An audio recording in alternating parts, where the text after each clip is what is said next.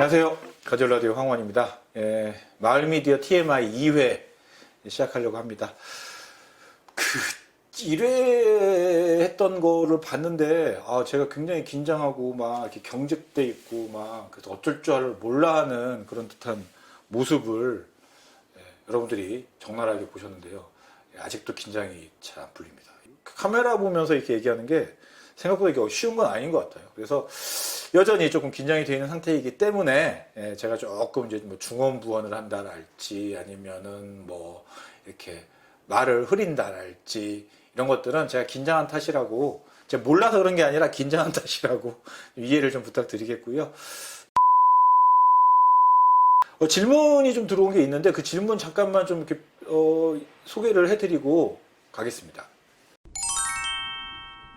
첫 번째는요, 수익 구조에 대한 이야기를 물어보셨더라고요. 뭐 가젤라디오에 대한 수익 구조를 물어보신 것 같은데, 이 뭐 가젤라디오 것만 알려드리면 재미가 없잖아요. 그래가지고 요거는 좀 이렇게 묵직한 주제일 수도 있겠다는 생각이 들어가지고 하나의 주제로 좀 풀 수도 있겠다는 생각이 들어서 아예 좀 따로 하나를 만들려고 합니다. 뭐 가젤라디오의 수익 구조뿐만이 아니라 유럽에서의 공동체 라디오나 마을 라디오라고 하는 것들의 수익 구조가 어떻게 되는지, 재정 구조가 어떻게 되는지도 한번 보는 것도 재밌을 것 같아요. 그래서 한번 그것도 한번 함께 좀 저희가 찾아서 함께 소개를 해드리면 좋을 것 같습니다.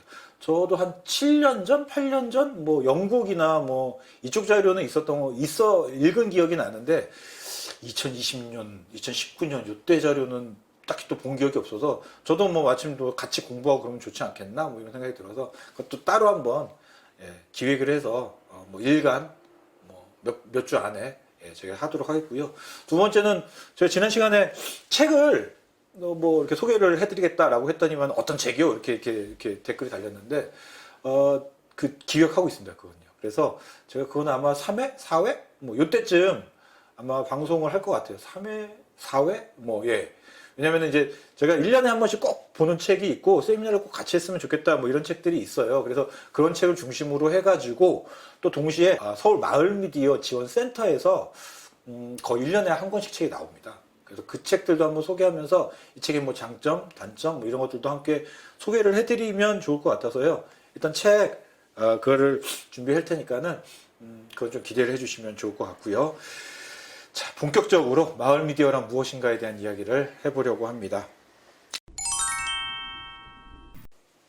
자, 마을 미디어와 공동체 라디오의 차이점은 딱 하나 있습니다.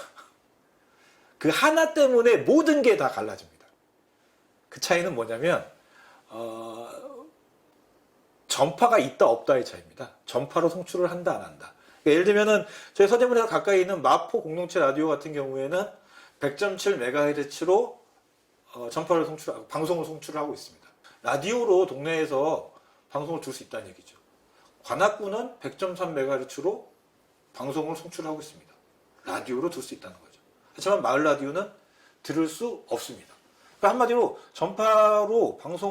전파를 통해서 송출을 하냐 안 하냐의 차이가 이렇게 갈라지는 차이인 거죠. 근데 여기서 갈라지는 차이 때문에 나타나는 부수적인 변화, 달라지는 지점이 또 많습니다. 왜냐하면 전파가 있다라는 것은 한국 법적으로 방송법의 규제와 방송법의 규제 안에 들어가 있다는 뜻입니다. 왜냐하면 한국 사회만이 아니죠. 전 세계적으로도 전파는 허가의 대상입니다. 허가제입니다. 그렇기 때문에 허가를 주는 동시에 많은 조건들을 부과합니다. 그래서 공동체 라디오 같은 경우는 하루에 6시간 이상의 뭐 방송을 의무로 해야 한다랄지, 혹은 뭐 뉴스를 제작하지 못한다랄지, 뭐 이런 것들에 대한 허가 조건이 있어요. 마을 라디오는 그에 비해서 없죠. 심의도 안 하죠, 사실은요.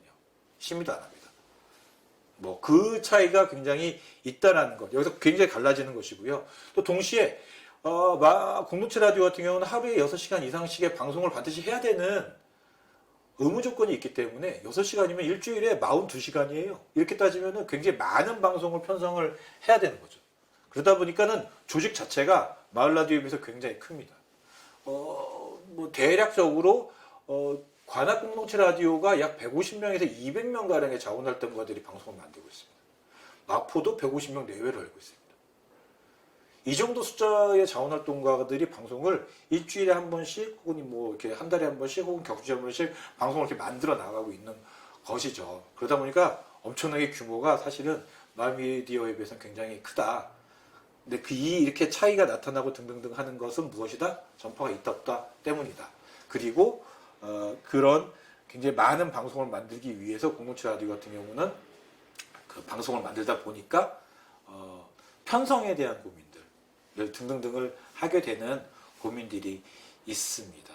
여기까지가 공동체 라디오와 마을 라디오의 차이점입니다.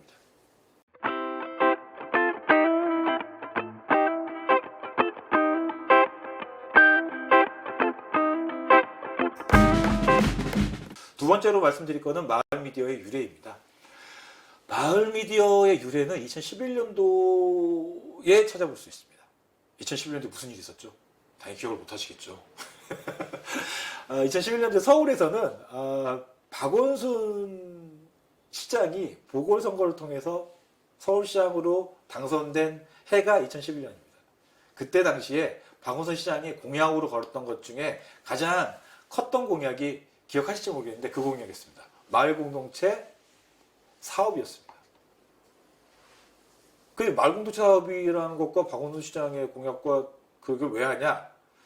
그 밑에 마을 공동체 사업의 하부에 마을 공동체 사업을 굉장히 잘 하기 위해서 마을 미디어를 지원하고 만들겠다라는 공약이 있었습니다.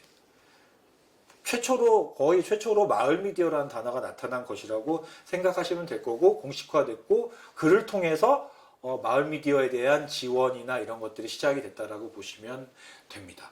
거기서 시작된 것들이 이제는 경기도, 뭐 강원도, 충청도, 전라도, 뭐 경상도, 제주도까지 마을 미디어들이 전국 방방곳곳으로 쭉 퍼지게 된 시점이라고 보시면 될 것 같습니다. 그 유래가 그렇고요. 그러면 마을 라디오의 개념은, 마을 미디어의 개념은 뭐냐라고 물어보시면 사실상 정리된 거는 없다. 이게 정답인 것 같아요. 뭐 이렇게 되게 간단하게 정리를 하거나 되게 되게 직자적으로 정리한다면은 마을에서 마을의 주민들이 마을의 이야기를 담아내는 것이다. 이 정도로 정리할 수 있겠지만 그렇게 단순한 문제는 아닌 것 같아요. 그런 내용도 담고 있죠, 당연히. 담고 있지만 그것만 가지고는 마을 미디어의 내용을 다 포괄하지는 못하고요. 그래서도 안 된다는 생각이 듭니다. 보통 그래서 마을 미디어는 아직까지 좀 정리된 거는 많지는 않지만 몇 가지 정리된 내용들을 찾아볼 수 있습니다. 제가 이제 소개해드릴 수 있는 책 중에 하나일 수 있는데 2016년도에 마을 미디어, 서울에 있는 서울 마을 미디어 지원센터에서 발행한 마을 미디어 교재 첫걸음 시리즈의 일부분에는 이런 내용이 나옵니다. 마을 미디어를 개념으로 설명을 하고 있습니다. 마을 미디어 개념을 소개하고 있는데요. 공동체 라디오의 개념을 그대로 빌려와서 설명을 합니다. 사실상 공동체 라디오와 마을 미디어, 공동체 미디어와 마을 미디어는 그다지 다르지 않다라고 판단을 하고 있다는 거죠. 저도 사실 크게 다르지 않다라고 판단합니다. 그러니까 아까 말씀드린 차이점이 뭐라고 그랬죠? 공동체 미디어와 마을 미디어의 한국 사회에 대한 차이점이 뭐라고 말씀드렸죠? 전파가 있다 없다. 그거 말고는 사실은 이 운영의 원칙, 운영의 원리, 아니면은 그런 추구하는 바, 이런 것들은 거의 저는 똑같다고 생각하고 실제로 많이 빌려서 썼습니다. 이런 거겠죠? 비영리로 운영을 해야 된다랄지, 내부적으로 민주적인 운영을 해야 한다랄지, 혹은 지역사회, 혹은 어떤 커뮤니티의 발전에 기여를 해야 한다랄지, 이런 원칙들을 그대로 빌려서 마을 미디어도 이래야 한다라고 설명을 하고 있어요. 그리고 이것은 굉장히 공동체 미디어의 핵심적인 원칙이라고 이야기가 되고 있습니다. 그러니까 공동체 미디어, 마을 미디어의 차이는 오직 하나 전파가 있다 없다의 차이인 것이고 사실상 개념적으로는 같다. 추구한 바는 같다. 여기까지 이해를 하시면은 조금 더 이해하기가 좀 더 편하실 건데요. 왜 단어가 달라졌냐? 그러면 아까 말씀드렸다시피 사실상 서울시의 정책, 예산을 투여하는 서울시 정책 때문에 마을 미디어라는 단어를 만들게 된 것이 좀 큽니다. 그러니까 대부분의 좀 이렇게 현장에 있었던 활동가들은 공동체 미디어라는 개념이 있고 공동체 미디어라는 단어가 있는데 이걸 굳이 또 마을 미디어라는 단어를 갖고 와서 헷갈리게 만들 필요가 있냐 사람들을 이런 주장도 했었는데요. 서울시 같은 경우에는 굉장히 어쨌든 예산이나 이런 것들 정책을 만드는 입장에서는 마을 공동체 사업, 마을 미디어 사업 이것이 숨이 일관하게 가는 것이 좋잖아요. 약간 그런 입장이었는지 마을 미디어라는 단어를 굉장히 포기하지 않았고 계속해서 지속적으로 유지하고자 하는 노력을 했었고 사실 그렇기 때문에 지금 이 두 가지 개념이 분리된 상태에서 이렇게 온 거죠. 근데 저희가 보기에는 이거는 굳이 분리할 필요는 없고 이건 개념은 같은 것이다 이렇게 보시면 좋을 것 같습니다. 그래서 앞으로도 공동체 미디어 아니면 마을 미디어 이런 말들이 나올 텐데 이런 말들을 굳이 들으실 때 다른 거 같은 거 이렇게 개념적으로는 다른 거라고 판단하실 필요는 없다고 저는 생각하고요. 아마도 쓰시는 분들도 개념적으로 다르게 쓰시는 분들은 거의 없을 것입니다. 개념적으로는 다르지 않은데 다만 이제 아까 말씀드렸죠. 전파가 있다 없다. 거기에서 어떤 조직적인 문제, 어떤 법에 규정을 받냐 안 받냐의 문제에서만 마을 미디어와 공동체 미디어를 구분짓는 경우는 있을지언정 그렇지 않은 경우에는 거의 같은 개념으로 쓴다. 이렇게 이해를 하시면 될 것 같습니다. 유래와 개념은 여기까지 설명을 드리겠고요.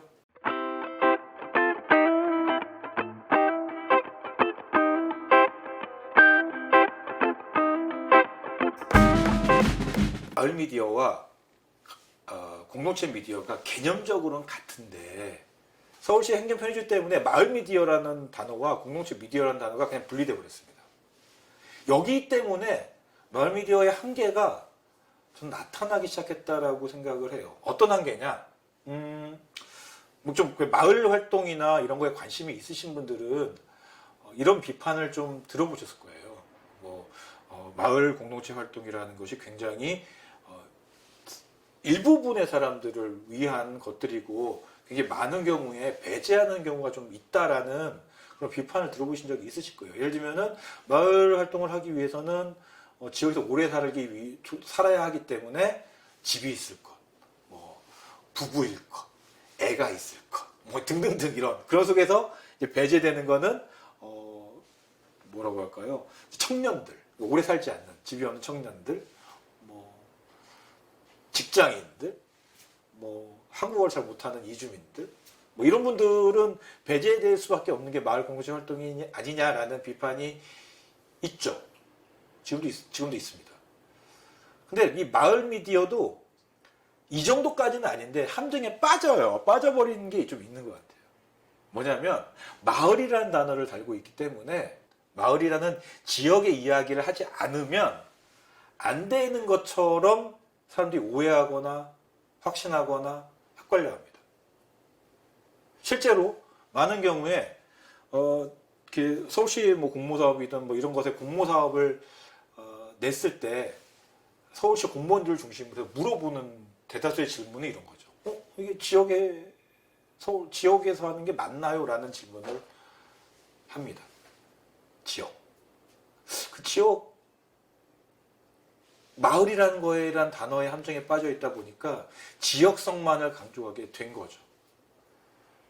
저는 이제 이 한계는 잘 고민을 해야 된다고 봅니다. 왜냐면은 굉장히 마을 미디어의 범위를 계속 좁혀나가는 것이 이 지역성을 따지는 것이라는 생각도 요즘에 좀 들더라고요. 왜냐하면 공동체 미디어의 아까 개념 기억하실지 모르겠는데 첫 번째가 비영리일 것, 그리고 두 번째가 민주적인 운영을 할 것, 세 번째는 어떤 커뮤니티나 어떤 공동체의 발전에 기여할 것이었습니다. 이 세 가지의 것만 지킨다면은 그건 다 그냥 공동체 미디어예요. 다 공동체 미디어입니다. 범위가 굉장히 넓죠. 그건 지역이냐 아니냐도 따지지도 않죠. 그렇다면은 지역이냐 아니냐를 따지지 않기 때문에 거기에는 예를 들면 청소년 커뮤니티도 들어올 수 있죠. 이주민 커뮤니티도 들어올 수 있죠. 노인, 어르신 커뮤니티도 들어올 수 있죠. 장애인 커뮤니티도 들어올 수 있죠. 이렇게 다양한 커뮤니티들이 들어올 수 있습니다. 범위 안에 다. 하지만 마을 미디어는 지금처럼 마을이라는 것에 미디어가 아니라 마을이라는 것에 딱 꽂혀가지고 지역성 이렇게 되는 순간 사실상 많은 경우 아까 말씀드렸던 것들은 포괄하기가 어려워지는 한계를 가집니다. 저는 이 한계는 반드시 우리가 좀 깨야 되는 한계라고 생각을 합니다. 실제로 어이없는 그런 질문들을 하시는 경우 저도 종종 보거든요. 그런 걸 어떻게 깰 것인가에 대한 문제, 이 문제가 지금 마을미디어의 한계로서 나타나고 있고, 그러니까 4가지를 이야기 드릴 것 중에서 3가지를 말씀을 드렸습니다. 한계까지 말씀드렸고요.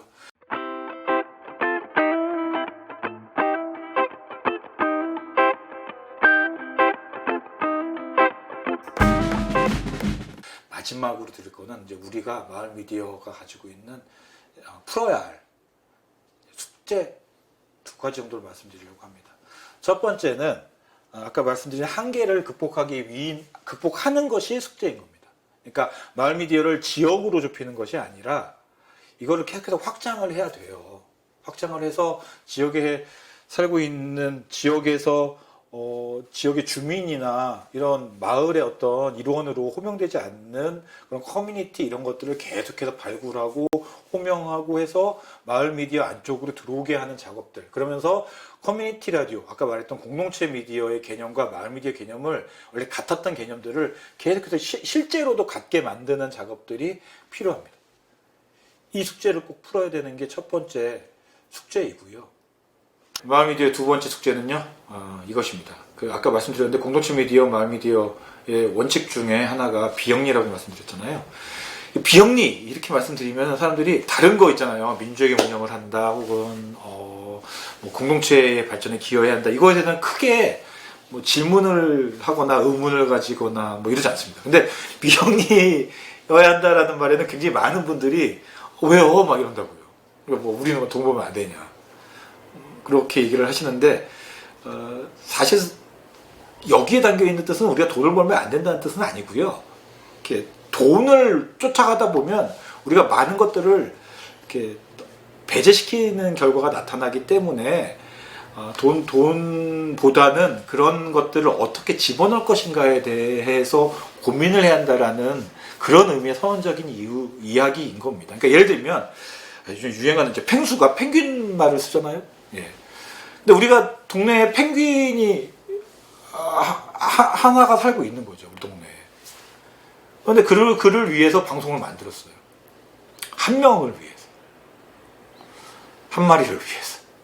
얼마나 될까? 이게 그러면 이제 청취율, 시청률, 이거는 전혀 관계가 없어지는 상황인 거죠. 근데 대부분의 경우 청취율이나 시청률은 돈하고도 연관이 되는 거잖아요. 하지만 돈하고 연관이 안 되더라도 이것이 공익적으로 이러한 언어로 되는 방송이 반드시 필요하다라면 우리는 돈을 벌 수 없어도 만들어야 한다. 라는 의미에서의 비영리라는 뜻이에요. 그렇다면 이제 이해가 좀 되셨죠? 비영리가 왜 비영리인지. 그러면 어쨌든 그런 상황이라면 당연히 영리 기업이나 이런 거에 비해서 돈을 못 버는 건, 돈을 벌 수 없는 건 너무나 당연하겠죠. 그죠? 그렇다면 어떻게 이걸 해결할 것이냐? 저는 많은 경우는 기금이나 어쨌든 예산을 통해서 해결해야 된다고 봅니다. 저는 근데 뭐 조금 다른 문제인데 직접 지원이나 이런 것은 별로 동의하지는 않지만 어쨌든 기금이나 이런 걸 통해서 어쨌든 공적 자금, 공적 지원에 대한 비용으로 해결을 해야 된다라는 생각을 하고는 있습니다. 그러니까 비용이기 때문에 우리가 이런 공적 비용을 지원을 받기 위해서는 해야 할 일들이 좀 몇 가지가 있습니다. 마을 미디어가 얼마나 공익적인지에 대한 것들을 우리가 끊임없이 만들어내야 된다는 겁니다. 그런 논리와 그런 내용들을 만들어내야지 국민의 세금이 우리에게, 마을 미디어에게 이런 공익적인 일을 하긴 한다. 당신들이 그렇다라면은 그런 곳에는 우리가 공적 자금이랄지 이런 것들을 충분히 지원을 해주는 것이 맞지 라는 논리가 만들어야 된다는 거죠. 실제로 외국의 경우에 잘 되고 있는 이런 공동체 미디어나 마을 미디어를 굉장히 지원이 활성화되고 있다라는 그런 곳에서의 마을 미디어의 기본적인 고민들, 내부적인 단체의 내용들도 그런 겁니다. 우리는 어떠한 사회적인 이득을 사회에 줄 것인지에 대해서 우리는 계속해서 연구하고 밝히고 사람들에게 드러내야 한다라는 게 거의 일원칙처럼 돼 있어요. 얼마나 우리는 공익적이어야 되고 얼마나 사회적 서비스를 주민들과 국민들에게 줄 것인가에 대한 고민이 있다는 거죠. 저는 그 고민이 필요하다고 봅니다. 마을미디어가 좋은 사람들끼리 이렇게 모여서 같이 방송을 만드는 거, 이거 굉장히 중요하죠. 그건 마을미디어에서 굉장히 중요한 역할이라고 봅니다만 그것만 가지고는 부족하다는 거죠. 더 가서 어떤 사회적인 서비스, 어떤 사회적인 이익을 줄 것인가에 대해서 우리가 논리를 만들어내고 혹은 그런 주기 위한 활동을 해야 된다라는 것이 우리 마을미디어의 숙제이다. 이 정도 생각이 듭니다. 그래서 네 가지 이하 말씀드렸습니다. 마을미디어와 공동체 미디어의 차이점 첫 번째였고요. 두 번째, 마을미디어의 유래와 개념 두 번째였고요. 세 번째, 마을미디어의 한계. 그리고 마지막이 마을미디어의 숙제였습니다. 오늘은 여기까지 해보도록 하겠습니다. 좀 더 이렇게 재미있는 이야기를 제가 좀 더 드려야 되는데 이게 자꾸 이렇게 아직까지는 개념이나 뭐 이렇게 좀 재미없는 이야기를 좀 드리고 있어요. 근데 막상 또 생각해보니까 제가 만약에 오프라인에서 강의를 했으면 이게 지금 1강에 반도 안 온 상태입니다. 한 3분의 1, 3분의 1밖에 안 온 상태예요. 그래서 조금 뭐 여러분들이 지루하실 수 있을 텐데 앞으로 좀 차근차근 좀 재미있는 이야기를 이제 하겠습니다. 책도 소개해드리고 뭐 이런 해외 사례도 좀 소개해드리고 이런 것들 할 테니까요. 조금만 더 기대를 해주십사 부탁드리면서 2회 마을미디어 TMI 여기서 마치도록 하겠습니다. 감사합니다.